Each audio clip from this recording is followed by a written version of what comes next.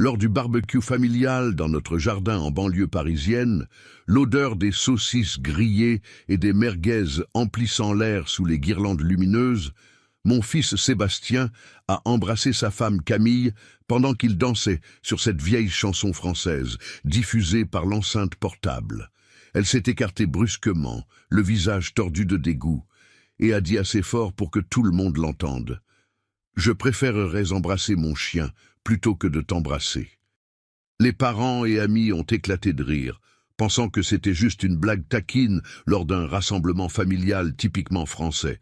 Mais elle a ajouté d'une voix froide et tranchante « Tu ne corresponds même pas à mes standards, reste loin de moi. » Les rires ont redoublé, résonnant contre la clôture en bois, transformant ce qui aurait dû être une célébration joyeuse en quelque chose de malaisant et tendu.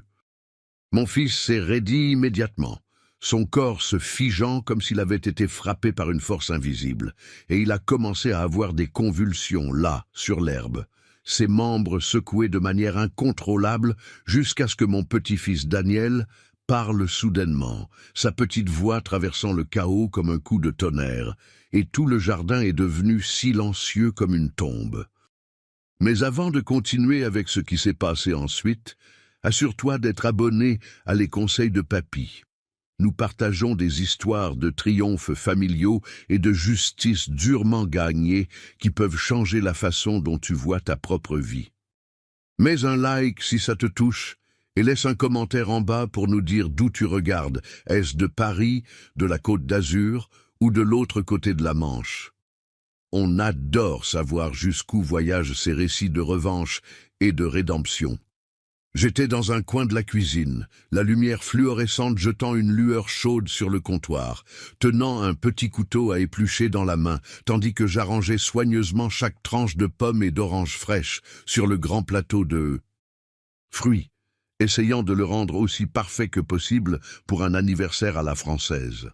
Aujourd'hui, c'était l'anniversaire de Camille, ma belle-fille, et toute la famille bouillonnait de préparation. Ce genre d'énergie affairée qu'on retrouve lors de ces fêtes de jardin, où tout le monde met la main à la pâte avec de la salade de pommes de terre, de la charcuterie et des bouteilles de vin frais du frigo. Sébastien, mon fils, était dehors dans le jardin, la sueur coulant sur son front sous la chaleur de l'Île-de-France, luttant pour accrocher la dernière guirlande de lumière scintillante au-dessus de l'arche de la terrasse, s'assurant que tout soit parfait pour sa femme. Sébastien avait organisé toute la fête seul, y mettant tout son cœur comme il le faisait toujours. Il avait commandé un immense gâteau à 3 étages chez le pâtissier le plus chic du centre de Paris, du genre avec de la crème au beurre et des fleurs comestibles qui coûtent une petite fortune. Et il avait même engagé un groupe live pour jouer des classiques de la chanson française qui feraient danser tout le monde. Sur la table de pique-nique, couverte d'une nappe à carreaux rouges, trônait un bouquet de roses rouges profondes d'un fleuriste haut de gamme des Champs-Élysées, le genre coûteux que Sébastien utilisait pour surprendre sa femme à chaque anniversaire, du temps où tout allait bien, symbolisant ce rêve français persistant d'amour et d'engagement. Les invités ont commencé à arriver un par un, principalement les amis de Camille de ses jours d'hôtesse de l'air, habillés comme pour un défilé avec des robes à paillettes qui accrochaient le soleil du soir, et des talons hauts qui claquaient rythmiquement sur la terrasse en béton comme sur un podium de la Fashion Week. Elles riaient bruyamment, parlant fort de leur dernier voyage à Nice ou à Bordeaux, passant devant Sébastien comme s'il n'était que le personnel engagé, lui accordant à peine un hochement de tête poli par obligation, leur conversation remplie de blagues internes sur des célébrités vues et des spas de luxe. Puis Camille a fait son entrée, sortant de la maison radieuse comme une star de cinéma sur le tapis rouge, portant une robe en soie vert émeraude qui épousait parfaitement sa silhouette. Celle que Sébastien avait achetée à crédit la semaine précédente dans une boutique de la rue Saint-Honoré. Je me souviens encore comment il m'en avait parlé fièrement, les yeux pétillants en décrivant à quel point Camille avait adoré cette robe quand elle l'avait vue en vitrine, insistant sur le fait que ça valait chaque centime pour voir son sourire. Ses cheveux tombaient en douces vagues sur son dos, ses lèvres peintes d'un rouge cramoisi, assorti au rose, et tout le jardin semblait s'illuminer de sa présence. Ce genre de charisme qui tourne les têtes lors de n'importe quelle fête française. Sébastien a rapidement attrapé le bouquet de roses, ses mains tremblant légèrement d'anticipation, et le lui a tendu avec un regard plein d'un amour pur et inébranlable, comme un mari dévoué dans ces comédies romantiques françaises. Mais Camille a juste souri froidement, un sourire dépourvu de toute chaleur réelle, comme une connaissance polie mais distante, et a posé négligemment le bouquet sur une table d'appoint près du barbecue, le traitant comme un simple accessoire oublié parmi les festivités. Elle s'est immédiatement tournée pour embrasser ses amis, laissant échapper un rire fort et résonnant qui a porté par-dessus le bavardage, laissant Sébastien seul là, son geste d'affection écarté, sans un second regard. Tout au long de la fête, alors que le soleil descendait et que le groupe jouait des airs entraînants qui faisaient balancer les gens, Camille est restée collée à son groupe d'amis, riant hystériquement à leurs histoires, discutant animément de virées shopping et d'escapades de week-end, ignorant complètement son mari qui avait tout organisé pour elle. C'était comme s'il n'existait pas dans son monde, juste un visage de plus dans la foule de cette fête de jardin. Soudain, le groupe est passé à une valse douce, la même chanson sur laquelle ils avaient dansé lors de leur réception de mariage dans un charmant lieu surplombant la Seine. Un souvenir qui aurait dû être romantique et nostalgique. Je regardais depuis le bord de la terrasse, sirotant une limonade, tandis que Sébastien prenait une profonde inspiration, rassemblant visiblement chaque once de courage qu'il avait, et s'approchait d'elle lentement, ses pas hésitants mais déterminés. « Danse avec moi, mon amour », a-t-il dit doucement, sa voix à peine audible par-dessus la musique, bien que je puisse voir le léger tremblement dans ses mots, la vulnérabilité d'un homme, espérant encore raviver l'étincelle. Camille a levé les yeux au ciel de manière dramatique, un geste chargé d'agacement et d'impatience, du genre qu'on voit dans une scène dramatique d'un feuilleton français. Mais devant ses amis et la famille qui observait, elle a accepté à contre-cœur, posant sa main sur son épaule, avec tout l'enthousiasme de quelqu'un accomplissant une obligation non désirée. J'observais mon fils de près pendant qu'il dansait. Chaque pas qu'il faisait était mesuré et concentré, comme s'il marchait sur des œufs, essayant de ne pas faire un faux mouvement. Il s'est penché vers son oreille et a murmuré quelque chose d'intime. Peut-être une phrase affectueuse de leur premier jour, une excuse pour les problèmes qu'ils avaient eus, ou une promesse de faire mieux, les détails perdus dans la musique, mais évidents dans la façon dont ses yeux brillaient d'un espoir désespéré, comme un enfant cherchant l'approbation et l'affection après une longue journée. Alors que la musique montait vers sa fin, construisant ce crescendo émotionnel, Sébastien a baissé la tête tendrement, tentant d'embrasser sa femme comme il le faisait dans les temps plus heureux, un geste doux et romantique qui aurait dû être le clou de la soirée. Mais comme une tempête soudaine ruinant un pique-nique parfait, Camille a rejeté la tête en arrière pour l'éviter, laissant échapper un rire froid et tranchant qui a percé les notes finales de la valse et a fait taire les bavardages voisins. « Je préférerais embrasser mon chien plutôt que de t'embrasser », a-t-elle déclaré clairement et sans hésitation, sa voix portant à travers le jardin comme une annonce publique. « Tu ne corresponds même pas à mes standards. Reste loin de moi. » Ces mots ont atterri comme un coup de poignard direct au cœur, aigu et impitoyable, et je savais qu'il blessait Sébastien 1000 fois plus que n'importe quel coup physique, résonnant comme le genre d'humiliation publique qu'on voit dans des vidéos virales qui déclenchent des débats dans les commentaires. Comme pour enfoncer le clou, elle s'est penchée là, à ramasser le petit caniche Fluffy qui était roulé en boule à ses pieds, blotti contre la couverture de pique-nique, et a planté un baiser sur son museau avec une affection exagérée, transformant le moment en ce qu'elle présentait comme une blague, mais une qui coupait profondément. Certaines de ses amies ont commencé à rire maladroitement au début, puis plus librement, quelques-unes sortant même leur téléphone pour capturer la scène drôle, comme si c'était juste un divertissement léger lors d'un rassemblement familial, quelque chose à poster sur Instagram avec des emojis rieurs. Sébastien est resté figé sur place, son visage se vidant de couleur jusqu'à être blanc comme neige fraîche, le verre de vin cristal qu'il tenait glissant de ses doigts engourdis et se brisant sur la terrasse en béton avec un bruit sec qui a rempli le silence soudain et lourd, les morceaux se dispersant comme les fragments brisés de sa dignité. J'ai vu ses yeux se révulser de cette manière terrifiante que j'avais vue trop de fois auparavant, son corps commençant à trembler de manière incontrôlable, et il s'est effondré au sol là, au milieu des débris de la fête, convulsant violemment sur l'herbe, ses membres secoués dans le pattern familier et déchirant d'une crise d'épilepsie. La condition qui l'avait suivi depuis la naissance, une bataille silencieuse que nous avions menée ensemble pendant des décennies dans ce pays d'opportunités, où les luttes de santé peuvent définir l'histoire d'une famille.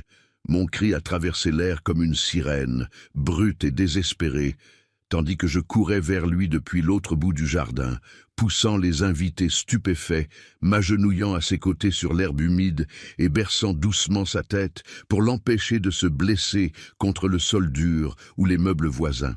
« Sébastien, mon fils !» ai-je crié, les larmes coulant sur mon visage, sans me soucier de qui regardait, ma voix se brisant sous le poids de l'inquiétude infinie d'un père. Tout ce que je voyais en cet instant, c'était mon garçon, allongé impuissant au milieu de ce qui aurait dû être une célébration, le chaos de la fête s'effaçant en insignifiance. La foule, autrefois animée par la fumée du barbecue et les rires, est devenue étrangement silencieuse au début, puis a éclaté en murmures paniqués et halètements. Les gens reculant instinctivement comme si la crise était contagieuse, personne n'osant s'avancer pour aider. Ces visages élégants, ornés de maquillage et de sourires pour l'occasion, maintenant tordus de peur et d'indifférence, révélant la superficialité de certaines relations dans notre vie française trépidante. J'ai serré mon fils fort, mes bras enroulés autour de lui de manière protectrice, criant pour que quelqu'un, n'importe qui, appelle de l'aide. Mais les réponses étaient des excuses marmonnées et des regards détournés, personne ne voulant s'impliquer. Puis, traversant les murmures et mes propres supplications désespérées, j'ai entendu un petit sanglot déchirant du coin du jardin près du portique. C'était mon petit-fils, le petit Daniel, ses grands yeux remplis de larmes qui scintillaient sous les guirlandes lumineuses, pointant un doigt accusateur vers Camille avec son minuscule doigt et criant de sa voix innocente et aiguë « Maman est méchante, maman n'aime pas papa, elle aime seulement embrasser oncle Ryan ». Je l'ai vu l'embrasser dehors quand il faisait noir, derrière le garage. Les mots de l'enfant ont explosé comme une bombe lors d'un dîner tranquille, stoppant instantanément les rires et murmures restants, créant un silence stupéfait qui pesait lourd dans l'air comme le brouillard sur la Seine.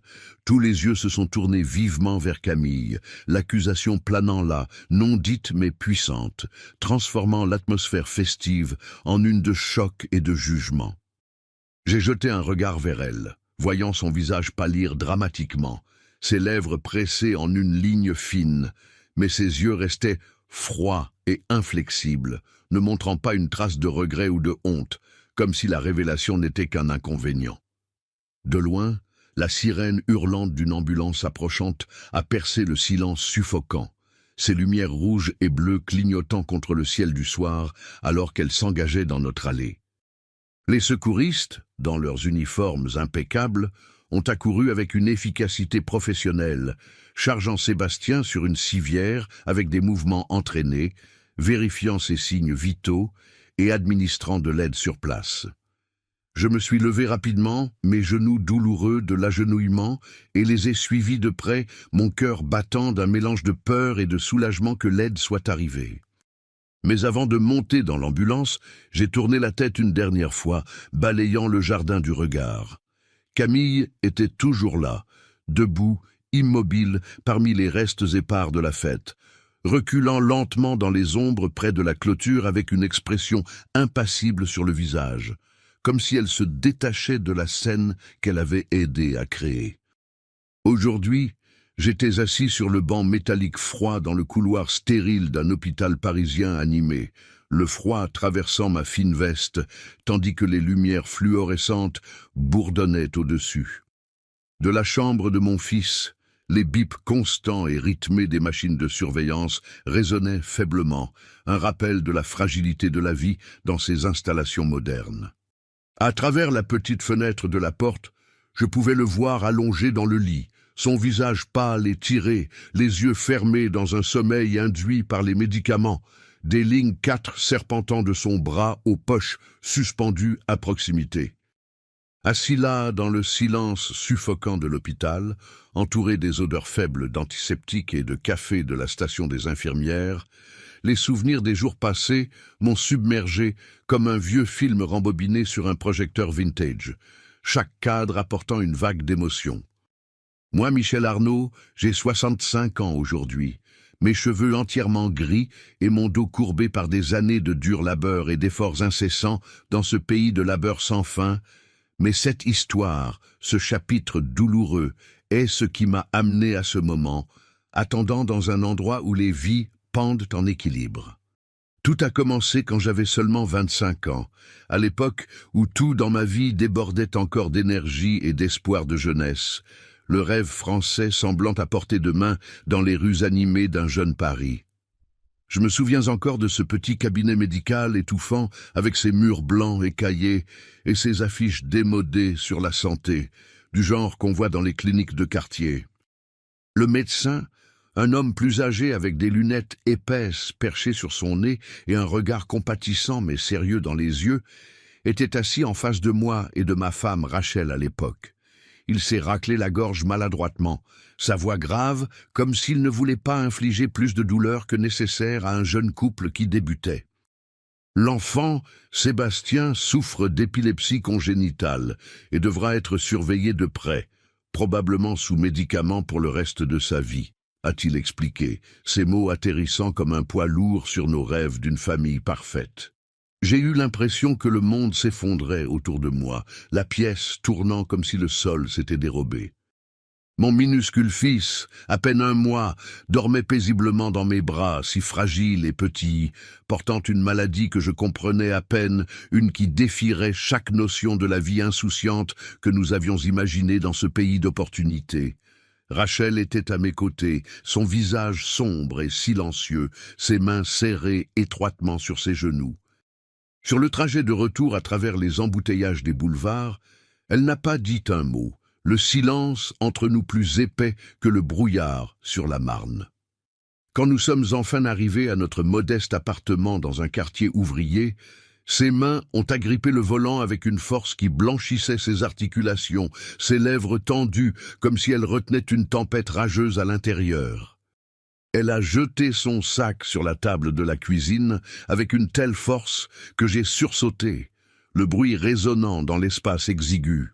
« Tu es inutile, tu ne peux même pas me donner un enfant en bonne santé !» a-t-elle rugi avec un mépris qui coupait profondément, ses mots imprégnés de l'amertume des attentes brisées. « Il doit y avoir des fous dans ta famille, ou quelque chose. Ce garçon sera ma honte pour toujours. » Chaque mot était comme un coup de poignard au cœur, perçant l'amour que nous avions construit, me laissant là, tenant Sébastien, tandis que les larmes coulaient incontrôlablement sur mon visage, le poids de la paternité semblant soudain accablant. À partir de ce jour, Rachel a changé complètement, sa chaleur se transformant en glace en un clin d'œil. Elle a commencé à rentrer tard de son travail, dans un bureau du centre-ville, sentant un parfum bon marché qui n'était pas le sien, du genre des comptoirs de parfumerie que je ne l'avais jamais vu acheter. Je savais exactement où elle trouvait son réconfort, dans les bras de quelqu'un qui n'avait pas à affronter nos réalités, mais je manquais de force pour la confronter, trop consumé par la peur de tout perdre. 1 mois plus tard, elle a fait ses valises en hâte, me jetant une liasse de billets froissés comme si c'était de la charité, et a déclaré froidement « Je ne peux pas vivre avec un homme qui ne pouvait pas me donner un fils en bonne santé.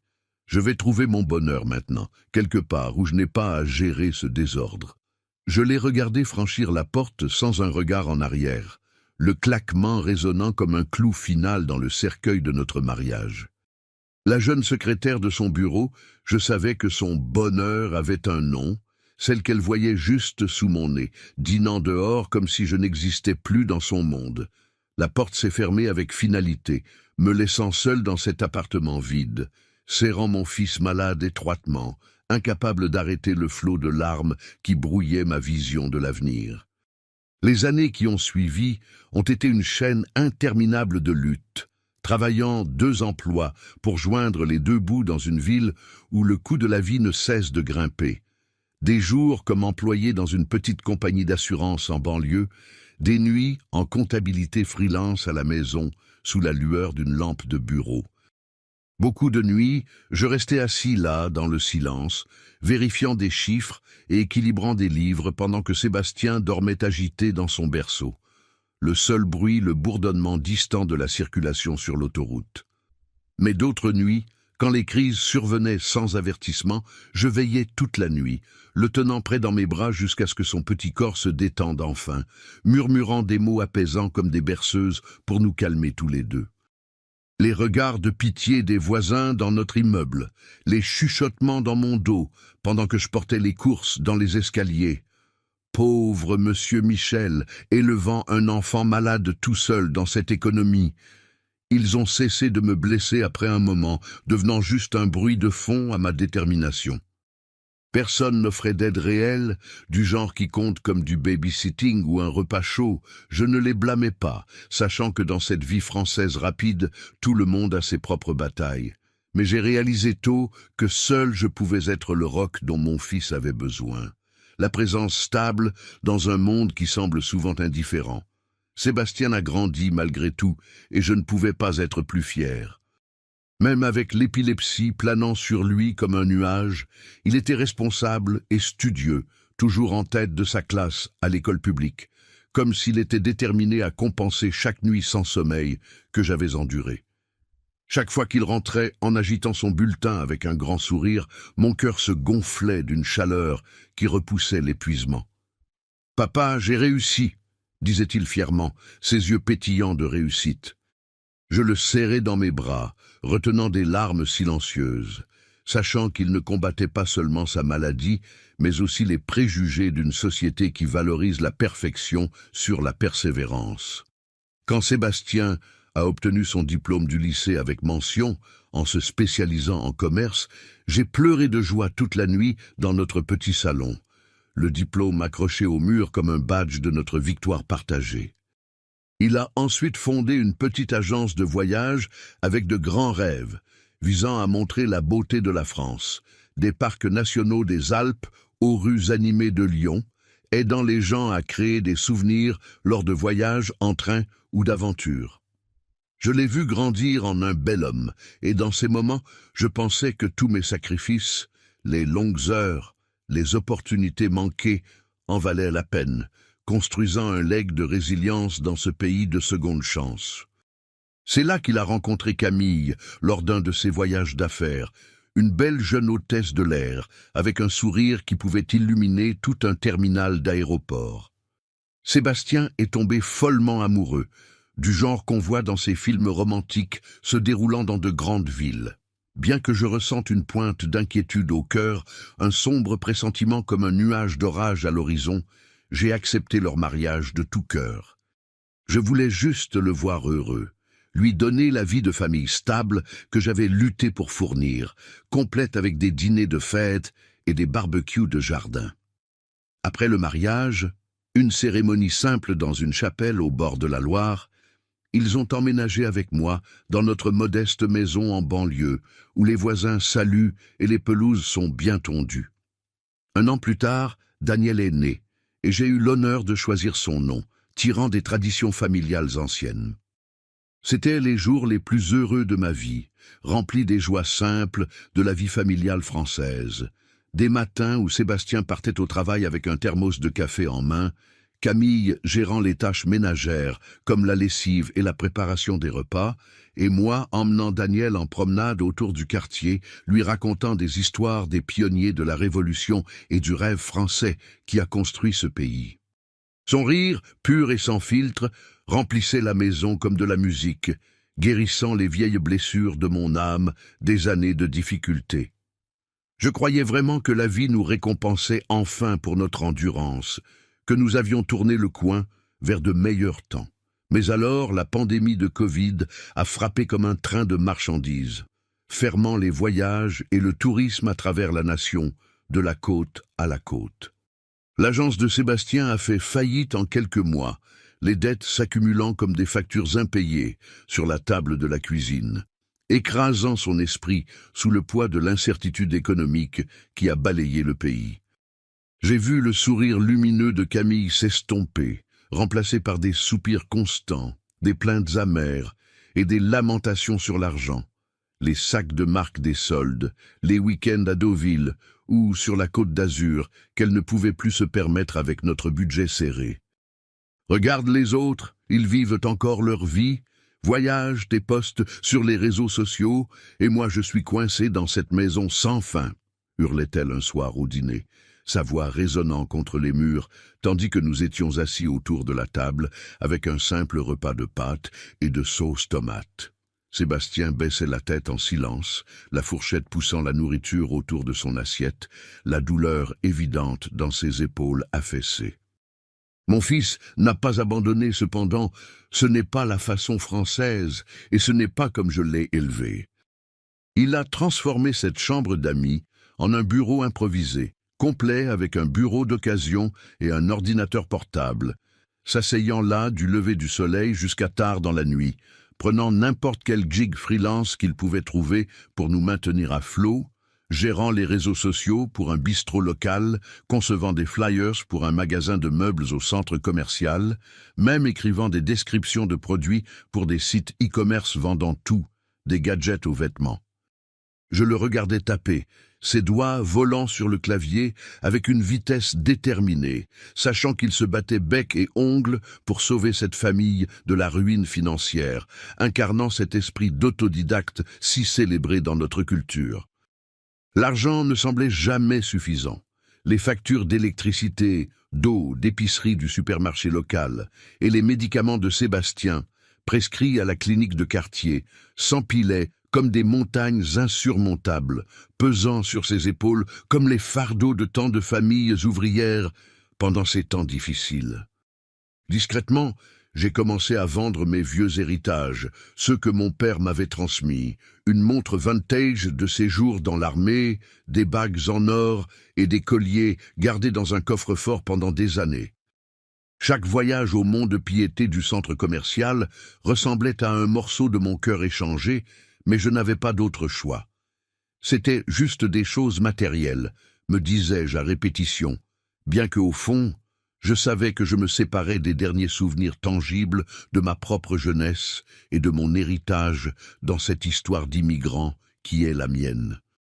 Camille a changé drastiquement, n'étant plus la femme douce et attentive qui préparait autrefois des repas familiaux avec soin, comme une tarte aux pommes pour la Toussaint ou des saucisses pour le 14 juillet. Maintenant, à la table du dîner, elle soupirait d'agacement exagéré, piquant dans sa nourriture comme si elle était indigne d'elle, se plaignant « La viande n'est pas fraîche, ce n'est même pas du boucher bio, et ses légumes ressemblent à ceux d'un rayon discount. » Doute que ces mots étaient délivrés avec une irritabilité qui faisait semblant que nous rendions délibérément sa vie misérable, ignorant l'effort que Sébastien mettait à fournir ce qu'il pouvait. Sébastien avalait difficilement, forçant une expression calme pour masquer la blessure, bien que cela me peinait profondément de voir mon garçon traité ainsi. Je me souvenais quand elle l'avait épousé, riant dans la cuisine, bavardant animément, tandis qu'elle sélectionnait soigneusement des ingrédients au marché pour cuisiner ses plats préférés, ses yeux pleins de la promesse d'un avenir partagé. Maintenant, elle passait son temps à scroller sur son téléphone, montrant à Sébastien des photos de ses amis vivant la grande vie dans des stations balnéaires de la Méditerranée ou des chalets alpins. Regarde le couple de Tao. Ils sont en vacances à la plage, postant des selfies avec des cocktails, et moi je suis piégé dans ce trou sans issue, disait-elle amèrement, sa voix dégoulinant de ressentiment. Sébastien baissait juste la tête, mangeant son repas maintenant froid en silence, son poing serré sous la table pour contenir la douleur et la frustration. Le genre de souffrance silencieuse que trop d'hommes français endurent pour garder la paix à la maison. La maison a commencé à tomber en désordre. Vaisselle sale s'empilant dans l'évier comme des corvées oubliées, lessive s'accumulant derrière les portes des chambres en tas. Camille a arrêté de contribuer à quoi que ce soit domestique, ses jours remplis de sorties qu'elle prétendait nécessaires, des excuses que je savais minces comme du papier. « Je rencontre des amis pour un café pour me déstresser de tout ça », disait-elle, ou « c'est l'anniversaire d'une copine au nouveau bar du quartier ». Elle rentrait tard, parfois bien après minuit, sentant l'alcool des brasseries artisanales et un parfum coûteux que Sébastien ne pouvait pas se permettre avec notre budget. Du couloir sombre, je surprenais des aperçus d'elle trébuchant, talons pendant de sa main, son maquillage barbouillé d'une nuit dehors, et je me demandais qui était devenue cette femme. La Camille pour laquelle mon fils était tombé, pleine de vie et de promesses, ou simplement une ombre de cette personne, consumée par l'insatisfaction dans une société qui glorifie le succès matériel. Un après-midi particulièrement orageux, le ciel au-dessus de Paris gris foncé et menaçant, lourd de la promesse de pluie qui inonderait les rues, il était presque 19 heures, et Daniel n'était toujours pas rentré de son école primaire. Camille était censée le récupérer après ses courses, mais alors que l'horloge tic-taquait, l'inquiétude me rongeait. Je l'ai appelé plusieurs fois sur son portable, mais ça passait directement sur la messagerie, son message joyeux enregistré, se moquant de mon anxiété croissante. Finalement, incapable d'attendre plus longtemps, j'ai attrapé mon vieux imperméable du placard du couloir et suis sorti en courant sous l'averse, la pluie piquant comme des aiguilles sur ma peau, tandis que je naviguais sur les trottoirs glissants. Quand je suis arrivé à l'école, le terrain de jeu vide et les lumières du bâtiment s'atténuant, j'ai repéré la petite silhouette de Daniel, blotti sous l'auvent de la guérite du gardien, serrant son sac à dos contre sa poitrine, ses yeux rouges et gonflés de pleurs et de peur. Quand il m'a vu approcher sous la pluie, il a éclaté en larmes fraîches et a couru dans mes bras, trempé. « Papy, maman a oublié de me prendre. » Tout le monde est parti, j'avais si peur tout seul. Sa voix tremblait, brisant mon cœur comme un coup de tonnerre au-dessus, comme si le monde entier l'avait oublié en cet instant. Je l'ai serré fort, mes propres larmes se mélangeant à la pluie cascadant sur mon visage, le protégeant de la tempête du mieux que je pouvais. L'instituteur, qui était resté tard par souci, s'est approché avec une expression triste. J'ai essayé d'appeler Madame Camille plusieurs fois, mais pas de réponse. Heureusement que le gardien a attendu avec lui. Ce n'est pas sûr pour un enfant d'être seul comme ça. Cette nuit-là, je suis resté avec Daniel jusqu'à ce qu'il s'endorme dans son lit, bordé sous sa couverture préférée avec des personnages de dessins animés, mais ma poitrine était serrée d'un mélange de colère et de tristesse. Vers 1 heure du matin, quand la maison était sombre et silencieuse, Camille est enfin rentrée, ses cheveux ébouriffés et ses lèvres encore barbouillées des restes de rouge à lèvres de quelle que soit la sortie qu'elle avait faite. Sébastien s'est levé du canapé où il attendait, sa voix tremblant d'un mélange de rage et de profonde préoccupation. « Où étais-tu? C'était ton tour de prendre Daniel. Sais-tu qu'il a été laissé seul à l'école sous la pluie ?» Camille a riposté immédiatement, sa voix aiguisée comme un bord de couteau, coupant à travers la tension. J'étais avec un client important, du réseautage pour de meilleures opportunités. Si je ne peux même pas sortir sans que tu en fasses un drame, penses-tu que je veuille vivre cette vie misérable, coincée ici? J'écoutais de derrière la porte fermée de ma chambre, mon cœur se brisant en morceaux, non seulement à cause de ses mots durs, mais en voyant la lumière s'éteindre dans les yeux de Sébastien, les yeux d'un homme qui essayait encore désespérément de s'accrocher à un mariage qui s'était fracturé depuis longtemps, s'accrochant à l'idéal français de « pour le meilleur » et « pour le pire ». Les disputes sont devenues un rituel quotidien, comme une horloge dans notre maison autrefois paisible, me réveillant parfois au milieu de la nuit avec le bruit d'objets jetés ou de voix élevées. Je me redressais dans le lit, main pressée sur ma poitrine pour calmer mon cœur battant, écoutant impuissant tandis que les accusations stridentes de Camille remplissaient l'air. « J'en ai marre de cette vie, regarde-toi, tu es inutile, tu ne peux même pas subvenir comme un vrai homme le devrait. » Quand elle a commencé à exiger le divorce, ces mots lancés comme des grenades pendant le dîner, je restais figé, respirant superficiellement, impuissant, tandis que mon fils endurait l'assaut en silence stoïque. Son visage, un masque de douleur. Le lendemain, l'atmosphère dans la maison était tendue, comme un fil tendu prêt à claquer au moindre contact. Sébastien a passé la journée replié sur lui-même, parlant à peine, ses yeux distants tandis qu'il allait à travers l'émotion. Ce soir-là, il est rentré portant une élégante boîte d'un magasin haut de gamme, à l'intérieur un sac à main beige de designer, exactement celui que Camille avait laissé entendre pendant des mois, du genre annoncé dans les magazines glossy.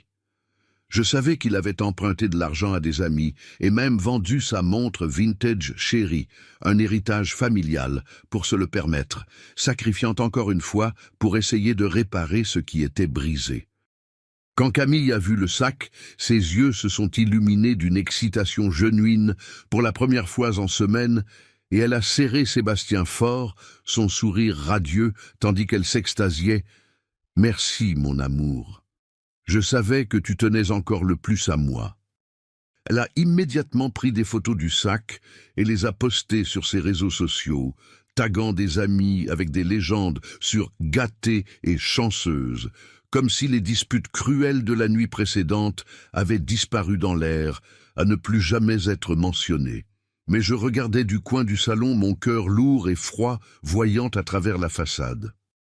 Son sourire n'était pas né de l'amour.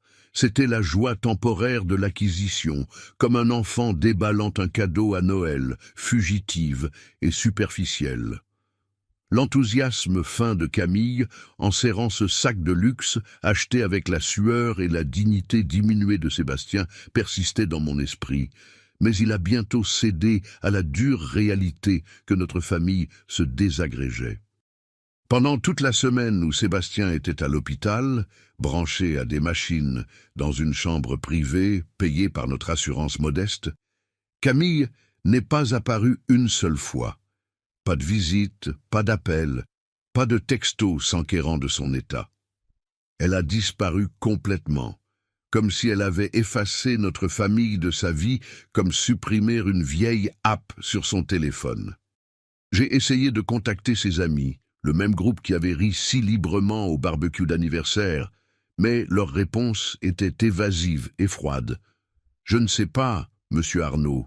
Essayez de demander à quelqu'un d'autre, » disait-elle, leur voix distante au téléphone, comme si le drame était trop salissant pour leur vie polie. Leur indifférence piquait comme du sel dans une plaie. C'étaient les gens que Camille appelait ses « meilleurs amis ». Pourtant, maintenant, elle ne pouvait pas se donner la peine pour elle ou son mari, luttant pour sa vie dans un lit d'hôpital. Je me demandais où elle était, ce qu'elle faisait, peut-être en train de vivre la grande vie dans un spot branché de Saint-Germain, pendant que son mari avait failli mourir et que notre monde tombait en morceaux, pièce par pièce. Chaque jour, je faisais la navette entre l'hôpital et la maison, naviguant dans la circulation parisienne pour m'occuper de Sébastien pendant les heures de visite et rentrant ensuite pour veiller sur Daniel, m'assurant qu'il ait ses repas et ses histoires du soir. Le petit garçon, avec ses grands yeux innocents qui reflétaient ceux de son père, demandait chaque soir, tandis que je le bordais, « Papy, où est maman? Quand est-ce qu'elle rentre à la maison ?» Je forçais un sourire et mentais d'une voix étouffée par l'émotion. « Ta maman est en voyage d'affaires, mon petit. Elle sera de retour bientôt. » Mais chaque fois je voyais la peur silencieuse dans son regard, comme s'il sentait la vérité que j'essayais désespérément de lui cacher. Je le serrais fort, chantant une douce berceuse de mon enfance, tandis qu'à l'intérieur, une tempête de tristesse et de colère bouillonnait, s'accumulant comme la pression dans une bouilloire. Je ne pouvais pas concevoir comment Camille pouvait abandonner sa propre chair et son sang, laissant une famille entière derrière comme si nous étions jetables, comme une mode de la saison passée. Le jour où Sébastien a enfin été libéré, son médecin nous donnant une liste de rendez-vous de suivi et d'ajustement de médicaments, je l'ai aidé à monter en voiture avec un cœur lourd, son corps encore faible et pâle de l'épreuve, les yeux enfoncés des jours de fluide cacre et de nourriture d'hôpital. Tout ce que je voulais, c'était qu'il se repose dans le confort de son propre lit, pour trouver un semblant de paix dans notre maison. Mais dès que nous avons franchi le seuil, l'odeur familière de notre salon nous accueillant, nous avons entendu des coups secs et urgents à la porte avant même de pouvoir nous asseoir.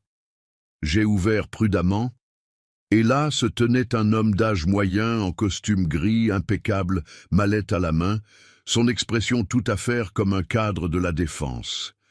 Il s'est présenté comme l'acheteur de la maison, sa voix ferme et sans fioriture. « Bonjour, je suis ici pour finaliser le processus. » Madame Camille m'a informé que son mari livrerait les documents originaux aujourd'hui pour le transfert de propriété et de la Peugeot. Je suis resté stupéfait, sentant comme si on m'avait frappé au ventre, les mots ne computant pas au début. Sébastien, derrière moi s'appuyant lourdement sur le cadre de la porte pour se soutenir, sa voix tremblant de confusion et de colère montante. « De quoi parlez-vous ? Je n'ai jamais accepté de vendre la maison ou la voiture. » L'homme a froncé les sourcils profondément, son irritation claire, comme s'il supposait que nous jouions à des jeux. Il a ouvert sa mallette d'un coup et en a sorti un contrat de vente avec une procuration notariée, les claquant sur la table d'entrée. « Voici votre signature. Regardez par vous-même. Votre femme a dit que vous étiez malade, donc l'écriture pourrait sembler étrange. » Sébastien a arraché le document, ses mains tremblant visiblement tandis qu'il le scannait. Je me suis penché par-dessus son épaule et mon cœur s'est arrêté net. Dans la section du vendeur se trouvait une signature maladroite et vacillante comme celle d'une personne âgée, fragile. Rien à voir avec l'écriture audacieuse et confiante de mon fils. J'ai regardé Sébastien. Son visage était devenu cendreux, les yeux écarquillés d'une horreur qui reflétait la mienne. « Mais ce n'est pas ma signature », a-t-il exclamé, sa voix se brisant sous le poids d'une trahison de plus. J'ai posé une main stabilisante sur son épaule, essayant de le calmer, mais à l'intérieur, une flamme féroce de fureur s'allumait, brûlant chaud. Qu'avait fait Camille cette fois ? Nous avons essayé de l'appeler sur le champ, mais son téléphone était déconnecté, la ligne morte comme notre confiance en elle. L'homme ne nous a pas crus au début. Sa voix montant en frustration. « Vous vous moquez de moi. J'ai déjà payé la compte. Le contrat est signé et légal. » Mais quand Sébastien a produit sa carte d'identité et signé son nom plusieurs fois devant lui, démontrant la différence flagrante, l'homme est devenu silencieux, son expression passant de la colère à une réalisation déconcertée. « Si ce n'est pas sa signature, alors j'ai été escroqué », a-t-il marmonné, menaçant d'appeler la police. Mais je savais qu'impliquer les autorités entraînerait notre famille dans un cauchemar légal public, ternissant notre nom dans le quartier et potentiellement perdant la maison remplie de décennies de souvenirs, des premiers pas de Sébastien aux dîners de Noël familiaux. Je ne pouvais pas laisser ça arriver. Je ne permettrais pas à Daniel de perdre le seul endroit stable qu'il connaissait. Prenant une profonde inspiration pour stabiliser ma voix, j'ai retenu la douleur surgissante et ai dit à l'homme « Laissez-moi m'en occuper. Je vous rendrai votre acompte et couvrirai toute pénalité. » Il m'a regardé suspicieusement, mais a finalement accepté, me donnant ses coordonnées avant de partir. Ce même jour, je suis allé à la banque, la circulation un flou tandis que je naviguais sur les boulevards, et ai retiré chaque centime de mes économies. Le nid d'œufs que j'avais construit sur des années d'heures supplémentaires et de vie frugale destiné à ma retraite pour ne pas être un fardeau pour mon fils et mon petit-fils dans leurs années dorées. Signant le formulaire de retrait d'une main tremblante, j'ai senti une partie de moi se briser, non seulement perdant l'argent, mais la sécurité et l'indépendance pour lesquelles j'avais lutté si dur dans ce pays. Cette nuit-là, après avoir bordé Daniel dans son lit avec son ours en peluche, je me suis assis avec Sébastien dans le salon faiblement éclairé, le poids de la journée pesant lourd entre nous comme du brouillard. La lueur douce d'une seule lampe illuminait son visage, le faisant paraître une décennie plus vieux, des lignes de stress gravées plus profondément. Il s'est appuyé sur mon épaule et a pleuré comme il ne l'avait pas fait depuis qu'il était garçon. « Papa, qu'ai-je fait de mal? Pourquoi me ferait-elle ça ?» Sa voix s'est craquelée, chaque mot un poignard pour mon âme. Je l'ai consolé du mieux que je pouvais, mais à l'intérieur, ma tristesse s'était durcie en une détermination inébranlable. Ce n'était pas simplement une dispute conjugale, c'était un complot calculé et cruel. En tant que son père, je ne pouvais pas rester les bras croisés. Je me suis levé, suis allé dans ma chambre et ai fouillé dans le tiroir pour mon vieux carnet d'adresses, ces pages jaunies et fragiles par le temps, remplies de noms de mes jeunes jours, quand la vie était pleine de promesses. Mon cœur battait tandis que je feuilletais, atterrissant sur Lucie Vargas, une ancienne collègue devenue détective privée, son agence spécialisée dans les enquêtes discrètes. Je me souvenais de Lucie comme d'une femme dure et astucieuse qui m'avait aidé à travers des temps sombres après le départ de Rachel. J'ai composé son numéro sans une seconde pensée, et quand sa voix profonde et stable a répondu, j'ai su que j'avais fait le bon choix. « Lucie, j'ai besoin de ton aide », ai-je dit, mon ton calme mais résolu. « Je dois découvrir la vérité sur ma belle-fille. » 3 jours plus tard, Lucie m'a rencontré dans un café pittoresque et caché dans une ruelle tranquille du centre de Paris, du genre avec des chaises dépareillées et l'arôme de café frais. Elle a glissé une épaisse enveloppe sur la table, sa voix basse et ferme. Ce n'était pas dur de la traquer, Michel. Elle n'essaie même pas de se cacher. Ses yeux contenaient une étincelle de compassion, sachant que le contenu serait dur à avaler. Avec des mains qui tremblaient légèrement, je l'ai ouverte, révélant des photos nettes qui mettaient à nu chaque détail.